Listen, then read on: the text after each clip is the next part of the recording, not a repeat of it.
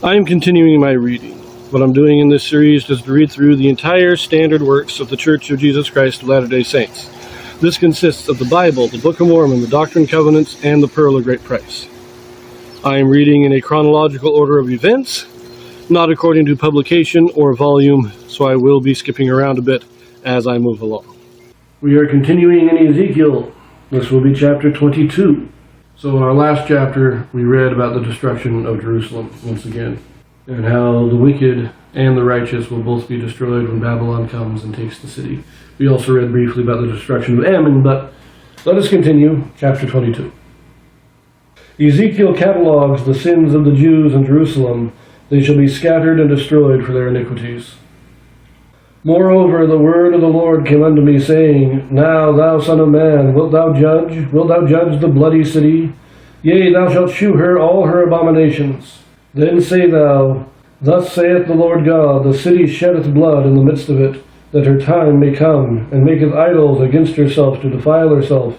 Thou art become guilty in thy blood that thou hast shed, and hast defiled thyself in thine idols which thou hast made, and thou hast caused thy days to draw near, and art come even unto thy years. Therefore have I made thee a reproach unto the heathen, and a mocking to all countries. Those that be near, and those that be far from thee, shall mock thee, which art infamous, and much vexed. Behold, the princes of Israel, every one were in thee to their power to shed blood. In thee have they set light by father and mother. In the midst of thee have they dealt by oppression with the stranger. In thee have they vexed the fatherless and the widow. Thou hast despised mine holy things, and hast profaned my Sabbaths. In thee are men that carry tales to shed blood, and in thee they eat upon the mountains. In the midst of thee they commit lewdness. In thee have they discovered their father's nakedness. In thee have they humbled her that was a set apart for pollution.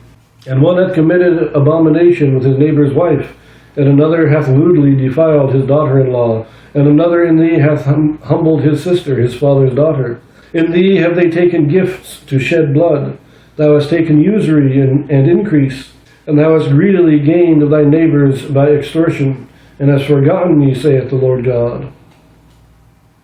So this is just a nice list of sins and stuff, idol worship, murder, human sacrifice, set light by thy father and thy mother, that is, to dishonor your father and mother, to treat them lightly, carry tales to shed blood, this is the slander or bearing false witness, and then a list of sexual transgressions there. So just a list of what Jerusalem is guilty of.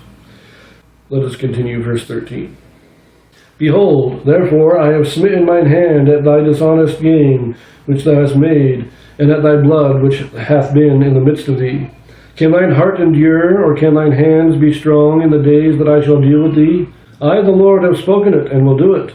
And I will scatter thee among the heathen, and disperse thee in the countries, and will consume thy filthiness out of thee. And thou shalt take thine inheritance in thyself in the sight of the heathen, and thou shalt know that I am the Lord. And the word of the Lord came unto me, saying, Son of man, the house of Israel is to me become dross. All they are brass, and tin, and iron, and lead in the midst of the furnace. They are even the dross of silver. Therefore thus saith the Lord God, Because ye are all become dross, behold, therefore I will gather you into the midst of Jerusalem, as they gather silver and brass, and iron, and lead, and tin into the midst of the furnace, to blow the furnace upon it, to melt it. So will I gather you in mine anger and in my fury, and I will leave you there, and melt you. Yea, I will gather you, and blow upon you in the fire of my wrath, and ye shall be melted in the midst thereof, as silver is melted in the midst of the furnace. So shall ye be melted in the midst thereof, and ye shall know that I, the Lord, have poured out my fury upon you. So the dross is what is left over when you're purifying metal. When you heat the silver up to purify it, the other metals, the baser metals, are what's left. That's the dross. That's the stuff that you don't want. And it's cast out. It's burnt in the fire.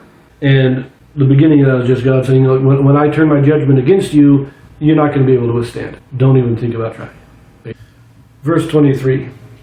And the word of the Lord came unto me, saying, Son of man, say unto her, Thou art the land that is not cleansed, nor rained upon in the day of indignation. There is a conspiracy of her prophets in the midst thereof, like a roaring lion ravening the prey. They have devoured souls, they have taken the treasure and precious things, They have made her many widows in the midst thereof. Her priests have violated my law, and have profaned mine holy things. They have put no difference between the holy and profane, neither have they shewed difference between the unclean and the clean, and have hid their eyes from my Sabbaths, and I am profaned among them. Her princes in the midst thereof are like wolves ravening the prey, to shed blood and to destroy souls, to get dishonest gain, and her prophets have daubed them with untempered mortar, seeing vanity and divining lies unto them, saying, Thus saith the Lord God, when the Lord hath not spoken. The people of the land have used oppression and exercised robbery, and have vexed the poor and needy, yea, they have oppressed the stranger wrongfully. And I sought for a man among them that should make up the hedge, and stand in the gap before me for the land, that I should not destroy it, but I found none. Therefore have I poured out mine indignation upon them. I have consumed them with the fire of my wrath. Their own way have I recompensed upon their heads, saith the Lord. Saying God was trying to find some way of sparing the people, but they're just too wicked. And he's laying the blame for most of this wickedness on the princes and the prophets, the princes who oppress and who uphold the wicked in their wickedness, and the prophets who prophesy lies of peace. They're the ones that are making Jerusalem to not only to commit sin, but to feel comfortable in committing sin. And so they are the ones that have the greatest condemnation. We leave that here, and we will pick this up in chapter 23. So we'll see you there.